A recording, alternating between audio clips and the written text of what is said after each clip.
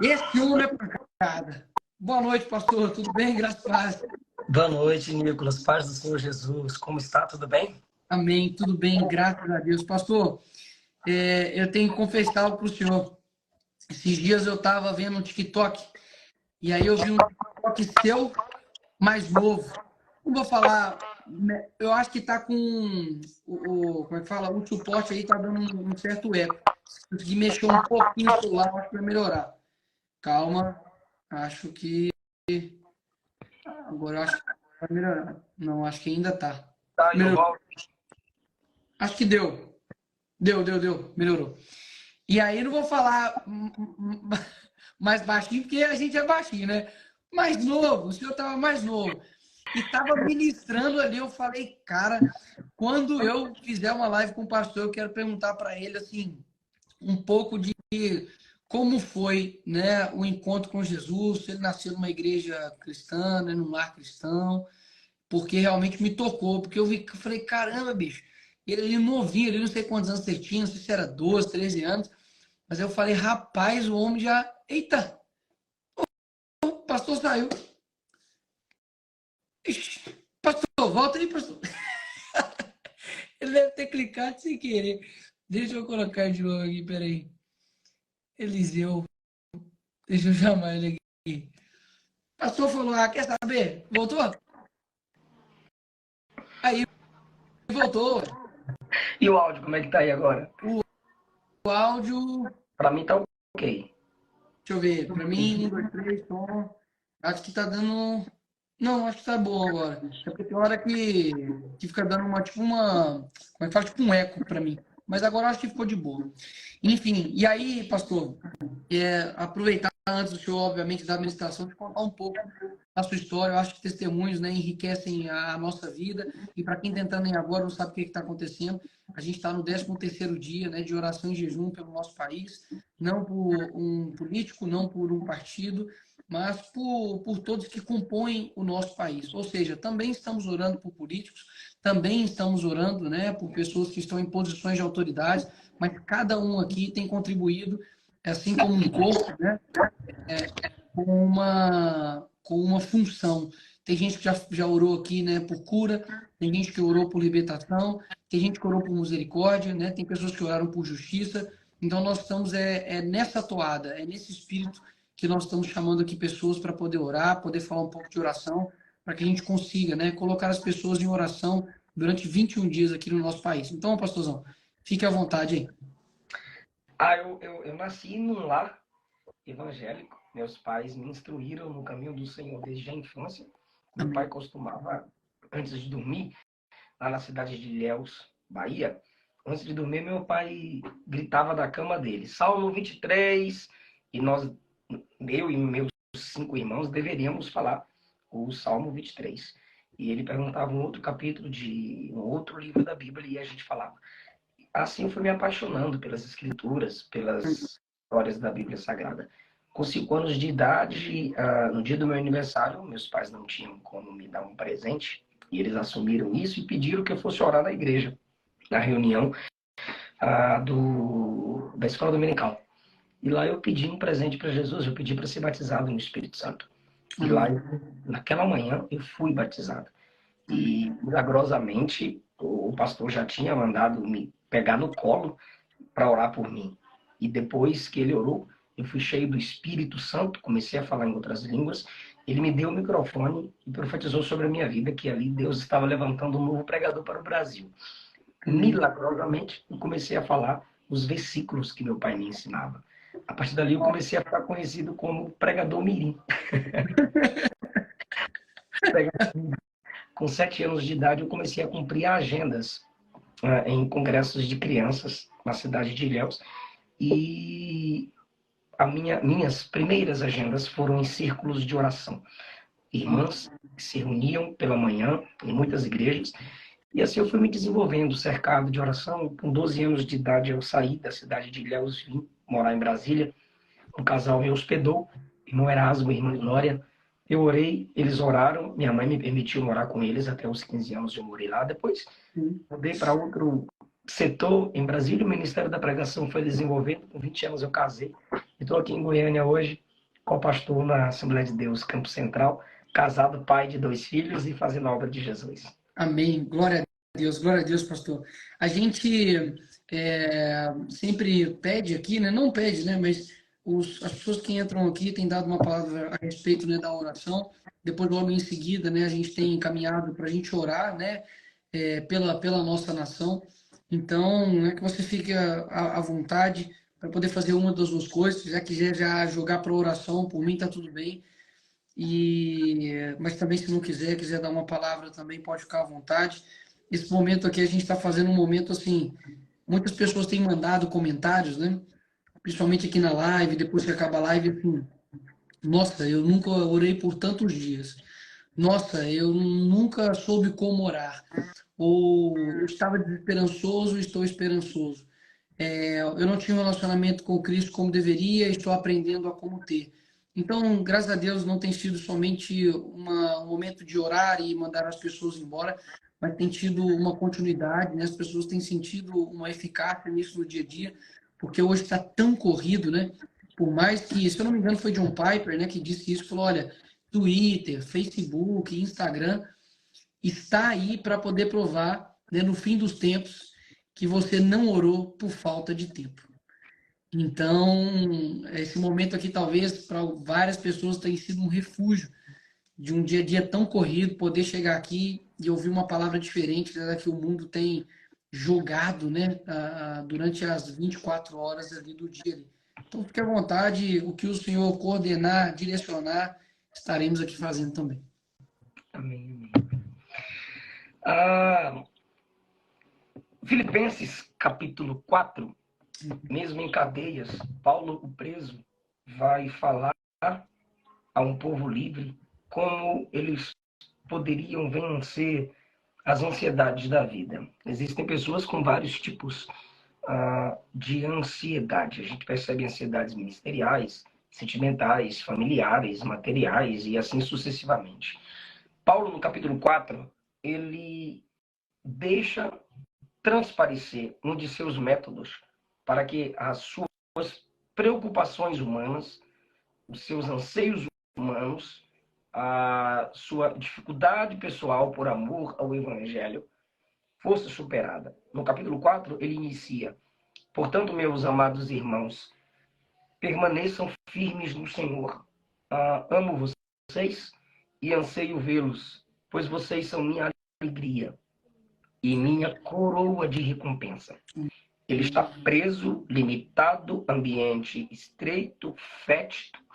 Os crentes para quem ele escreve estão livres, podem ir e vir como bem quiser, mas é esse Paulo preso, limitado fisicamente, quem escreve para gerar paz no coração de quem está livre fisicamente, do lado de fora. E o que dentro de Paulo faz com que ele tenha tanta firmeza? Ele diz que ama a igreja, ele tem um compromisso com a igreja e ele deseja estar com a igreja. É isso que ele diz no primeiro versículo. Eu amo vocês, meus irmãos, e eu anseio vê-los. Paulo, mais que ninguém, poderia, naquele momento, saber dos problemas eclesiásticos. Amém. Eu acho interessante, pessoas dizem que se afastaram da igreja por causa dos problemas nela. E Paulo, que escreveu cartas para resolver problemas na igreja, anseia, está sempre junto com a igreja, envolvido e comprometido com a igreja. Porque Paulo entendia, se eu estou na igreja só para ver os problemas dela, eu sou o pior problema nela. Mas mesmo sabendo os problemas nela, Paulo os amava e se deixava ser um instrumento de Deus para a transformação da igreja. Ele, sabendo desse problema de ansiedade, ele diz: vocês são meus irmãos, eu amo vocês. Vocês são a minha alegria. Ele está dizendo, há momentos aqui em que eu posso me entristecer, choro, porém, vocês me alegram.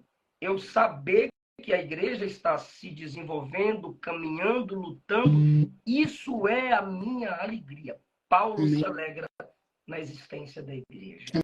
Paulo se alegra com a perseverança apesar das dificuldades que a igreja enfrenta. Aquilo que te alegra determina onde está a fonte da sua alegria. A igreja noiva do Cordeiro é a alegria de Paulo. Só quem congrega sabe disso, irmão. Como é bom, como é suave, como é comparado ao óleo que cura nós vivermos em comunhão com os nossos irmãos. Paulo chama a igreja não apenas de amados e de sua alegria, mas ali, naquele ambiente onde ele poderia estar simplesmente entristecido, ele diz também, vocês são a minha coroa. Por que ele diz que a igreja é sua coroa? Ele sabe que a igreja é a garantia da sua coroa, porque ele plantou naquela igreja, ele trabalhou por aquela igreja, ele se esforçou por aquela igreja.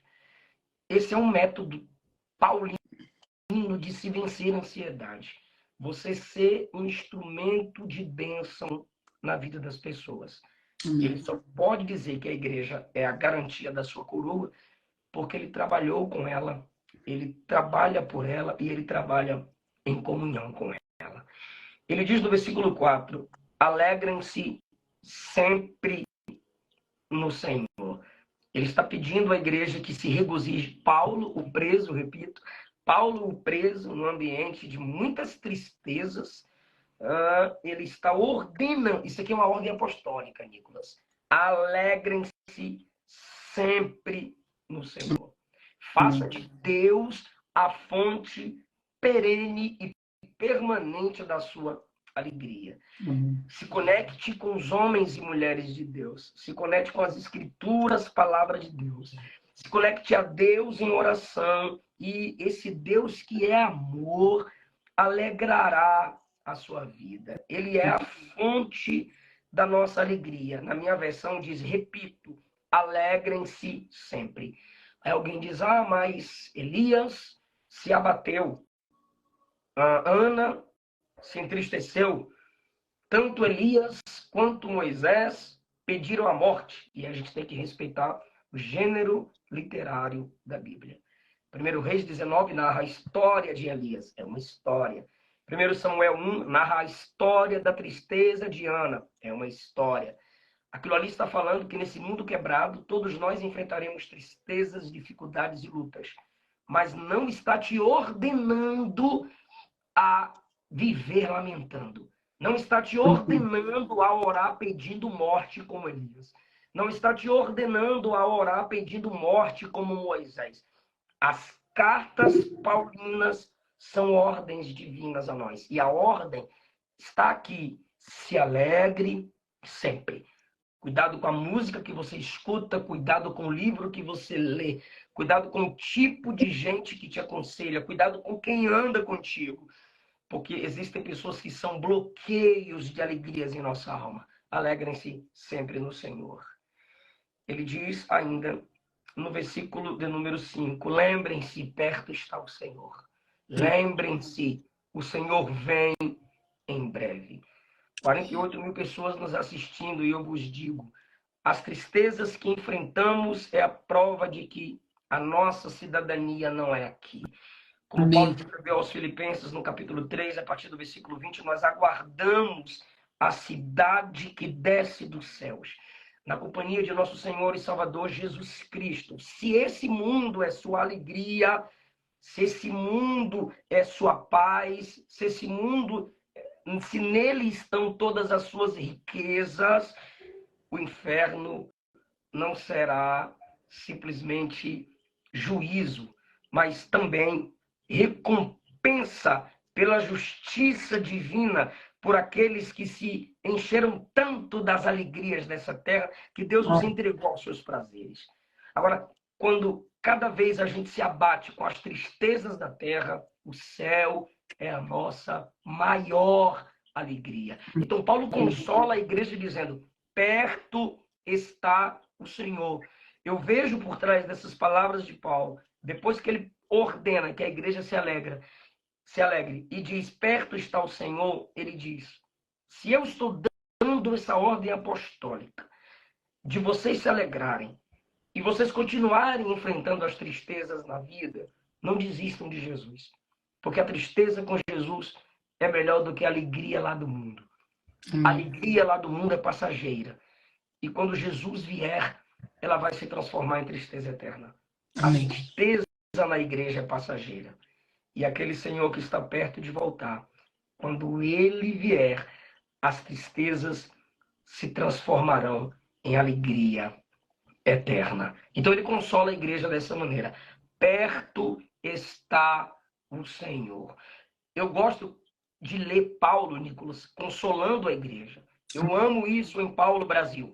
Paulo consola a igreja falando da vinda de Cristo. Enquanto o estudo escatológico, enquanto o livro do Apocalipse assusta muitas pessoas, biblicamente falando, o estudo escatológico, o estudo da vinda do Senhor é para a alegria da igreja. Não é a primeira vez que Paulo consola a igreja com termos escatológicos. Primeira de Paulo aos Tessalonicenses, no capítulo 4, ele fala sobre a vinda do Senhor. Ele diz, não fiquem sem esperança como aqueles que não conhecem a Deus. Porque dada a palavra de ordem, com a voz de arcanjo, o Senhor virá nas nuvens, com alarido, a voz de arcanjo e com trombeta de Deus. Os que morreram em comunhão com Cristo ressuscitarão primeiro. Amém. Depois os vivos, nós os vivos, subiremos juntamente com eles e encontraremos com o Senhor nos ares. Estaremos para sempre com o Senhor. Aí Paulo conclui assim, ó. Consolai-vos uns aos outros. Com essas palavras, Amém. Paulo consola a igreja militante através da palavra da vinda do Senhor. Jesus também consolou a igreja desse modo no Evangelho segundo escreveu João. Amém. O mundo se alegrará, vocês lamentarão. Mas em breve, um dia, a vossa tristeza será transformada em alegria. Um desses dias profetizados, prometidos por Jesus, é o dia da sua vinda. Essa é a nossa maior esperança, Amém. é o nosso maior consolo. O reino de Cristo que se estabelecerá sobre a terra. Aí agora ele fecha, versículo 6. Não andem ansiosos com coisa alguma. Você tem uma igreja que te ama, versículo 1. Você tem uma igreja onde você pode servir e nesse serviço, nela, você tem a garantia da sua coroa. Ele diz no versículo 4, vocês têm uma fonte eterna de alegria que é Deus. Depois ele diz, vocês sabem que ele está vindo. Então, não vivam ansiosos por nada. Não viva com excesso do ontem e não antecipe as preocupações de amanhã. Gente, é uma ordem bíblica e apostólica. Amém. Não ande ansioso com nada. Talvez você está assistindo e está dizendo assim, meu Deus, hoje eu estou igual Ana, atribulada. Senhor, hoje eu estou igual Elias, atribulado. Senhor, eu estou igual Moisés, atribulado. Moisés pediu a morte, Deus levantou 70 homens e profetizaram, e ele se animou. Elias pediu a morte, Deus tinha mais 7.000, mas mesmo assim Deus foi atrás dele na caverna. Ana estava atribulada e Deus usou a boca do próprio sacerdote para consolar o coração dela. Amém. Porque a ordem de Deus não é para você desistir da vida. A ordem de Deus é, não deixe as preocupações da vida dominarem o seu presente. Amém. Não viva o hoje sufocado pelo ontem e pela manhã. Como é que eu faço isso, Paulo? Como é que eu faço isso, pastor? Se conecte à igreja do Senhor. Amém. Trabalhe na obra de Deus. Creia que Jesus vem e a recompensa maior, a alegria maior, o prazer maior vem nele, com ele. Como é que eu faço isso? Ore. Versículo 6. Não ande ansioso com nada. Antes da ansiedade te dominar, antes de chutar o pau da barraca, antes de chutar o balde, orem. Eu estou com uma versão muito atualizada, eu sou meio antigo para muitas coisas. Eu também estou assim na leitura da palavra. Eu Rapidinho. também eu gosto da King James para trás. Isso. Eu não gosto daquela que são, sabe, muito atualizada, não. Versículo 6. Não estejais inquietos por coisa alguma, antes as vossas petições sejam em tudo. Nicolas, eu estou me sentindo na igreja aqui com 48 mil pessoas. Então, Amém. vou te pedir para repetir. Diga aí, em tudo. Diga, Nicolas. Em tudo. Ok. Antes, as vossas petições sejam em tudo conhecidas diante de Deus. Irmão, se você diz assim, eu não falo tudo porque ele sabe tudo. Tá, você está entendendo muito da onisciência, mas você está desprezando a onipotência, está desobedecendo uma ordem clara. Amém. Antes, sejam as vossas petições em tudo conhecidas, expressadas, abertas diante de Deus pela oração e pela súplica. Cutuca o irmão, está comentando aí, ó. Cutuca o irmão do lado. Isso é chato que só a graça. Mas vamos lá. Quando Paulo diz, ore por tudo, em tudo, sejam conhecidas as vossas petições. Comenta aí, gente. A paz vem quando a gente ora. Amém. Ô, gente, isso é adequado para nós. Amém. A paz é pavimentada no caminho da oração. Ou você crê ou você não crê. A paz é pavimentada no caminho da oração. Ele usa 3 termos: oração, súplica, petição ou pedido. Oração aqui é devoção geral. Oração aqui na linguagem de Paulo é o culto, adoração. A súplica sugere humildade. É você reconhecer que quando você ora, você não está no trono. Você está no pó. Você precisa. Você é o dependente. É o Abraão, amigo de Deus, dizendo, Senhor, permita-me falar mais uma vez, porque eu sou pó e cinza. Amém. Mas eu tenho acesso como a oração do Pai Nosso. Sim, é Pai Nosso, que está no céu, com o nome santificado. Você não ora para mandar em Deus. Você ora se submetendo à vontade de Deus, como já foi dito pelo pastor Jairinho. Então, a súplica sugere a humildade. Você é suplicante, você não faz exigência. Se fazer isso, tu já entra em guerra consigo mesmo e com os princípios da palavra. Só que Paulo usa um outro termo, petição. Petição, o que é a petição? É um pedido, mas será que é só pedido? Não. No termo que Paulo usa para petição, ele está dizendo pedido específico. Amém. Nicolas, é pedido específico, é colocar na oração os detalhes de nossos problemas. Intencional. Intencionalmente. Eu já até pedi perdão à minha esposa. Eu via a Luana, a gente começa a orar e tal, aí de repente eu via a Luana orando por cada coisa e eu me pegava rindo. Ela, por que você está rindo? Eu falei, meu Deus, para que tanto detalhe? Tu vai perturbar Deus com isso. Nicolas, e a gente chegava na igreja do jeito que a Luana pediu, Deus fazia. Como a Luana clamou, Deus respondia. Amém. E aquilo me envergonhava. E eu estudando as cartas, é isso que Paulo está dizendo. Petição específica. Amém. Aí, ó, Lucas 18:41. Quando o cego clama, Senhor, tem misericórdia de mim. Jesus perguntou assim para ele no versículo 41. O que você quer que eu lhe faça? Aí o pastor Cláudio Duarte brinca, né? Já pensou se o cego responde, eu quero um cão-guia? Parece sacanagem, né? Poxa, eu tô cego, Jesus. Você quer que o quê, né? O que eu quero? É óbvio, né? Mas o que Jesus quer do cego?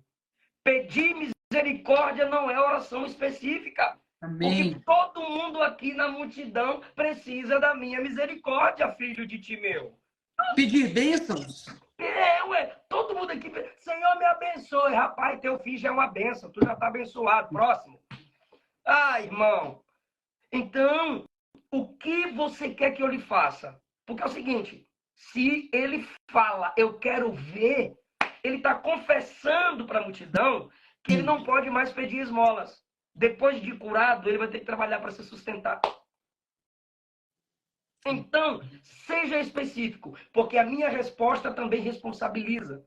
Eu vou te curar e, ao mesmo tempo, te responsabilizar.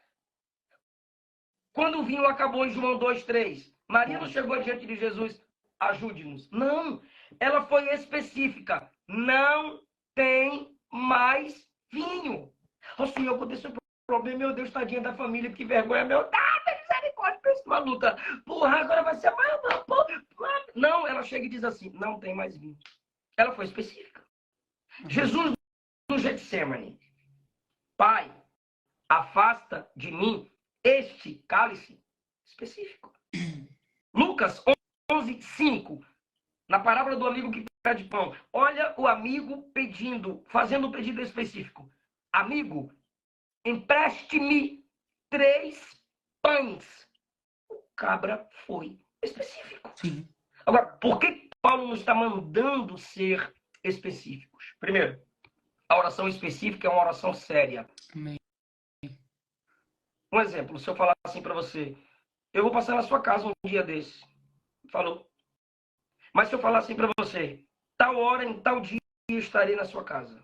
Eu fui específico. E você vai me levar a sério. Sabe Sim.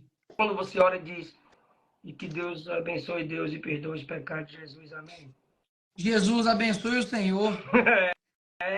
Ou seja, é alguém que não ora com seriedade. Oração específica. Segundo, a oração específica é uma oportunidade para você ver Deus agir. Eu estou encerrando já. O exemplo de Gênesis 24.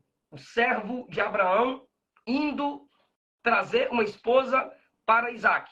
Cara, ele para e ora de modo específico. Senhor, eu estou aqui na entrada dessa cidade, à beira dessa fonte. Eu peço ao Senhor que me dê a seguinte graça. A mulher que descer para tirar a água, e eu lhe pedi água, e ela me oferecer água, e oferecer aos camelos, essa é a mulher escolhida para o meu senhor Isaac. Amém. Aí vem Rebeca, pega a água, ele vai nela, olha que ele fez uma oração específica, e diz, dá-me água, ela bebe, meu senhor. Tendo ele acabado de orar, ela começa a servir os camelos. Eu também vou servir aos camelos. Quando ela se vira, ele está agradecendo a Deus de joelho. Por quê? Porque ele fez uma oração específica, ele teve a oportunidade de ver Deus em ação na vida dele. Sabe, irmão, quando você faz uma oração específica, Deus respondendo conforme a vontade dele, no tempo dele, você vai ter o seu testemunho pessoal. Você vai dizer, Deus me ouviu, Deus agiu na minha vida. A Luana me conhecia e eu não a conhecia. Porque quando ela me conheceu, ela estava representando o Irã. Então ela estava com a boca toda fechada. Eu só vi pelos olhos. Ela foi me cumprimentar na porta lá da igreja. A partir daquele dia ela começou a orar por mim. Eu voltei para Brasília e nunca mais a encontrei. E ela foi para o joelho, pedindo a Deus que me trouxesse de volta na igreja dela e que eu a enxergasse de um modo diferente. Ou seja, que eu me apaixonasse por ela. E aí, meu irmão, a Luana orou 3 anos e meio a 4 anos. Quando nos encontramos, eu vou resumir, ela disse que tinha feito uma carta para Deus e ela orava com essa carta. E na carta ela foi específica. Senhor, eu quero um homem que não me deixe em casa para ir jogar futebol. Aí eu disse, eu não sei jogar bola. Ela disse, eu quero um homem que não seja muito maior que eu. Eu disse, só a gente é quase do meu tamanho. Senhor, eu quero um homem que goste de usar terno e gravata. Eu disse, é eu. Eu já estava assim, ó. Ou seja, Nicolas, a Luana foi específica na sua oração. Amém. Olha a conclusão disso aqui, pessoal. Quando Paulo manda a gente suplicar, orar, apresentando as nossas orações de modo específico, confiando no tempo e na vontade de Deus, ele conclui assim, deixa eu ir para a minha versão aqui mais antiga, para a gente encerrar a live. Depois que ele fala sobre a oração no versículo 6, e olha o resultado no versículo 7. E a paz de Deus, que excede todo o entendimento, que vai além do entendimento do psicólogo, do psicanalista, do psiquiatra. A paz de Deus, que vai além da mentalidade humana, vai guardar o seu coração. Eu não sou contra você procurar psicólogo nem psiquiatra, não, tá, meu irmão? Eu estou dizendo que a paz que vem de Deus, prometida no texto, excede todo entendimento humano e guardará o vosso coração e os vossos pensamentos em Cristo. Aí você está me ouvindo dizendo, pastor, falar é fácil. É porque o pastor aí não sabe o que é que eu estou pensando. Deixa eu te falar. A graça não te exigirá nada sem te capacitar a cumprir o que a Bíblia quer que você cumpra. Por que que eu estou dizendo isso? Se o texto está dizendo que se você orar, confiar, a paz de Deus virá sobre ti, é porque a Bíblia garante isso. Por favor, confira no texto que você está meditando. Versículo 7 é a paz de Deus que vem a você. Versículo 9 é o Deus da paz que será Amém. convosco. Pastor, como eu consigo isso, pastor? Versículo 13. Posso todas as coisas naquele que me fortalece. Pastor, como eu consigo amar a minha igreja, me alegrar na igreja, crer que o Senhor está perto e vencer as minhas ansiedades orando, pastor? Versículo de número 23. A graça do Senhor Jesus seja com todos vós. Amém. Ele vai te dar graça para você ser uma bênção na sua igreja. Ele vai te dar graça para você se alegrar nele. Ele vai te dar graça para você viver uma vida de oração. Ele vai te dar graça para vencer a ansiedade do seu coração. Glória a Deus.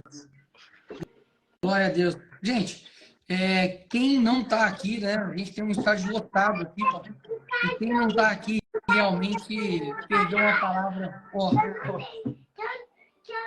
não tenho medo dele. Tá bom, Vaso, vaza. amém. Amém. Já não tenho medo dele, tá bom, amém.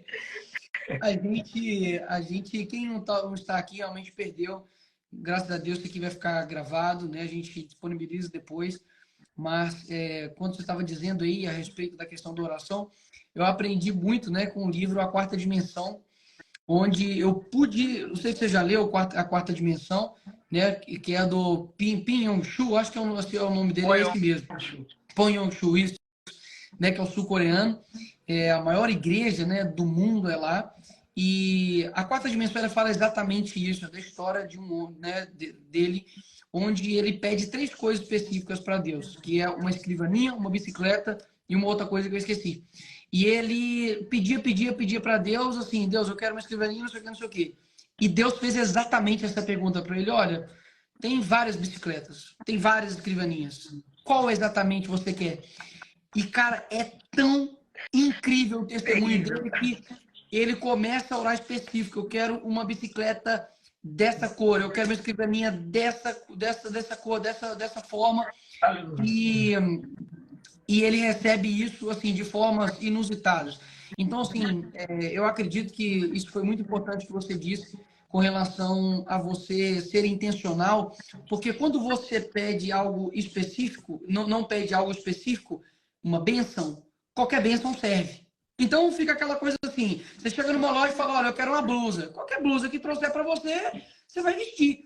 Mas quando você pede algo intencional, você fala, poxa, foi exatamente isso que eu pedi. É gratificante, você vê, acima de tudo, também o cuidado de Deus. Eu já tive experiências assim também de pedir um estágio exatamente do jeito que eu queria, mas assim, com relação ao local, que eu falei assim, Deus, eu já fui em tantas entrevistas de emprego, de estágio, mas assim, eu não gostei da entrada do prédio, achei o lugar meio fechado. Deus, me dá um lugar onde, sabe, seja a coisa mais clara, seja num lugar melhor. E aí, quando eu cheguei no lugar, eu falei, bicho, é aqui. E aí eu fui contratado. Com a minha esposa também foi do mesmo jeito, bicho.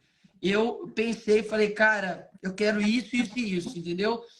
E aconteceu. Então, assim, eu acho legal, porque quando a Bíblia diz para sermos intencionais, ela está querendo dizer exatamente isso. Ontem eu li aqui uma frase de Spurgeon, que eu vou até lê-la aqui novamente, que diz exatamente com... Ah, não foi nessa Bíblia que eu anotei, não, foi em outra. Que ele fala, olha, a gente lê sobre o que Deus é na Bíblia e a gente acredita que não é bem assim. A gente lê as afirmações bíblicas e a gente acha que é piada. Ou seja, a gente acaba subestimando o poder do evangelho. Então, se Deus de fato, né, a Bíblia diz que, olha, se você honrar pai e mãe, seus dias serão acrescentados aqui na terra, leve isso como uma verdade, não somente uma suposição.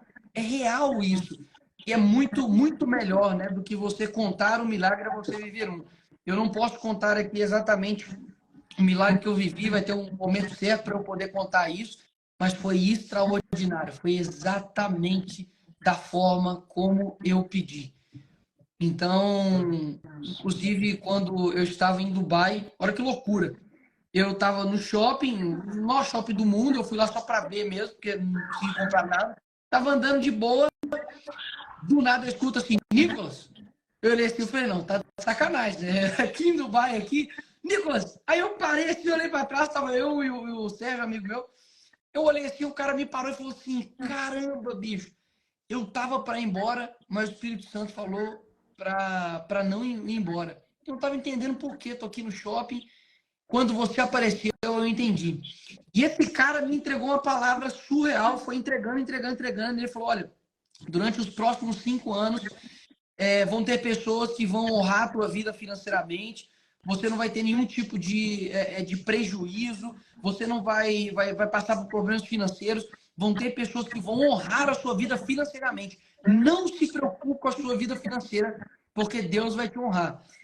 E aí, o meu amigo, inclusive, que não, assim, é cristão, mas ficou meio assim, falou assim, cara, crente é assim mesmo, assim, eles fazem essa, tipo assim, essa loucura assim mesmo no meio do shopping. Eu falei, cara, é assim. E graças a Deus, não tem me faltado nada. Eu tive experiências com o Senhor em termos financeiros, de perseguição da minha igreja, e Deus levantar pessoas para poder abençoar financeiramente. A gente conseguiu mudar para outra igreja maior, sabe, que alcança mais pessoas. Graças a Deus não tem faltado nada para mim. Então, assim, eu pude viver isso. E, puxa, que vontade de poder contar aqui, mas vai chegar o momento certo de eu contar de que foi inacreditável, pastor, a forma como recursos chegaram para mim, em específico de uma pessoa. Eu não conseguia parar de chorar. A pessoa falou comigo: olha, eu não te conheço, eu nunca ouvi falar em você, eu nem viria aqui. E foi um dia que eu passei mal, depois da administração da Lagoinha, e eu fui para casa, e ele é médico, e ele disse: olha, Deus falou comigo para poder te entregar algo, mas como você foi embora do culto, eu achei que não era para você. E aí, no outro dia, eu postei um stories falando: pessoal, não consegui ficar no final do culto porque eu estava passando mal, e por isso que eu não fiquei para tirar foto com todo mundo, eu sempre fico e tal, mas, enfim, só falando que eu estava passando mal. A esposa dele viu e falou assim: amor, você é médico, vai lá. E aí o pastor ligou para ele e ele foi lá me encontrar. Ele me examinou, falou assim: não, você está com isso, isso e isso, toma um remédio, mas agora eu vou te falar exatamente o porquê, o que eu vim fazer aqui. E falou: olha, eu tenho um bem que eu já pensei em dar para várias pessoas, mas eu nunca deu certo. E eu não sei o que você está passando, eu não sei o que é, mas Deus está falando para eu te dar isso. Cara, e nisso, chorando absurdamente, porque era exatamente no momento onde a minha igreja tinha acabado Deus faz. de ficar fora, de um cara perseguir, saber que eu era de lá. A gente estava digamos, de aluguel na igreja que era do meu avô, na Assembleia de Deus, fundada pelo meu avô, na Cabana, na favela onde eu nasci. A gente estava lá meio que de aluguel lá. E ele não sabia de nada disso, cara. Ele não sabia de nada disso, pastor. E eu olhei para ele, cara, chorando, e falei assim: você não sabe de nada? Ele falou: eu não sei, eu não te conheço. Eu te conheci ontem. Eu não te sigo, eu não sei quem é você, cara. Ele falou assim comigo. E eu falei: pastor, eu sei por quê. E aí eu contei toda a história para ele. E assim, isso mudou toda a nossa história, assim, como igreja, enfim. Então, nisso eu vi o cuidado de Deus absurdo. E esse cara, esse doutor, ele é uma das pessoas, sinceramente, mais próximas que eu já vi do Senhor. Sabe aquele tipo de gente que você quer mostrar para todo mundo assim? Falou: nossa, você precisa conhecer o cara. É esse cara. Então, assim, só dando um breve testemunho aqui, porque encaixou perfeitamente com aquilo que o senhor disse. E vamos caminhar aqui, pastor, para a oração, né? Para que a gente. Oi, rapaz, você tá bom? Dá um oi pra galera aí, ó. Fala assim: paz, galera. Fala, paz. Pai, Paz do Senhor, você também? Papai orar, papai não pode orar com o dinossauro aqui. Vai lá para a sala com o dinossauro para papai orar rapidinho, depois papai vai te buscar lá. esse não é dinossauro, é desenho. Então tá bom, desenho do dinossauro, isso. Vaza, vazinho. Pastor, vamos orar então. para que a gente tenha orações intencionais, para que tudo que o Senhor disse aqui não seja somente uma semente em terra, mas seja uma terra fértil, né, que dê frutos e que a gente conseguisse colocar isso no nosso dia a dia. Amém? Vou fechar só os comentários aqui, pessoal, para que você não se perca em comentários, tá? Para que você não se para que você não se distraia com nada. E assim que o pastor dizer amém, vou voltar aqui os comentários. E não fica olhando aqui para a live, não. Fecha também o seu olho aí, vai ouvindo a oração, porque nós estamos aqui com muitas pessoas, com um clamor. O Espírito Santo está aqui e ele quer a sua oração intencional e séria. Amém. Eu quero iniciar essa oração com Mateus capítulo 6, na versão A Mensagem de Eugene Peterson, quando diz assim: Nosso Pai do céu, revela-nos quem tu és, dá um jeito neste mundo, faz o que é melhor, tanto aí em cima quanto aqui embaixo. Conserva-nos vivos com 3 boas refeições. Nos preserva perdoados por ti e perdoando os outros. Guarda-nos de nós mesmos e do diabo. Tu estás no comando. Tu podes fazer tudo o que quiseres. Tua beleza é fascinante. Amém, amém e amém. Tem misericórdia de nós, Senhor. Estende sua mão sobre nós, teu povo, teus servos, teus filhos. Senhor, essa nação precisa da sua graça, do seu favor. Estende a mão poderosa. Levanta homens justos que, como Daniel,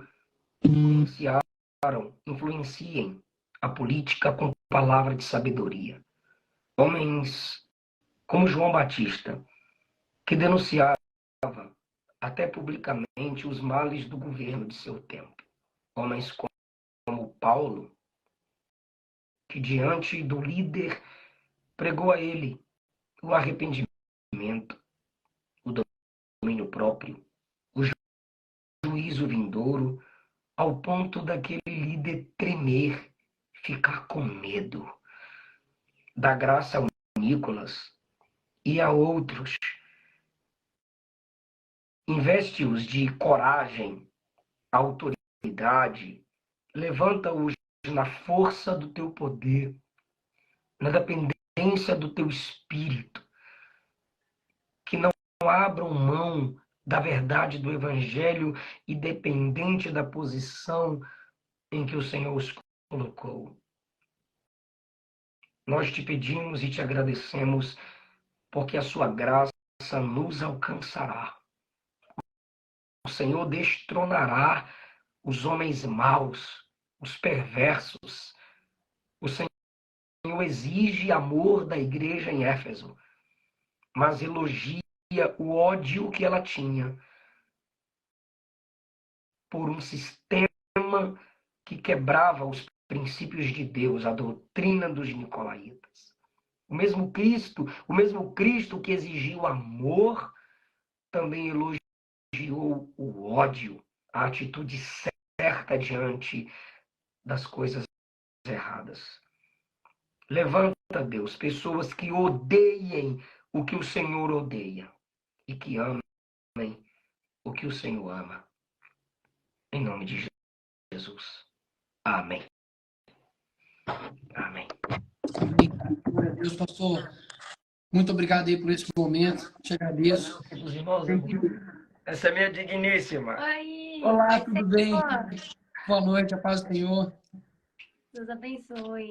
Um Amém. abraço, pessoal. Um abraço, Nicolas. Deus abençoe vocês aí, pastor. Muito obrigado. Sei que, poxa, passamos aqui um pouco aqui do tempo. Sei que tem família, sei que tem menino. E a vida é corrida, mas obrigado por ter tirado um tempo para poder estar aqui conosco. Que Deus abençoe a todos vocês. Até amanhã, às 22 horas. Um abração aí. Um abraço. Tirou.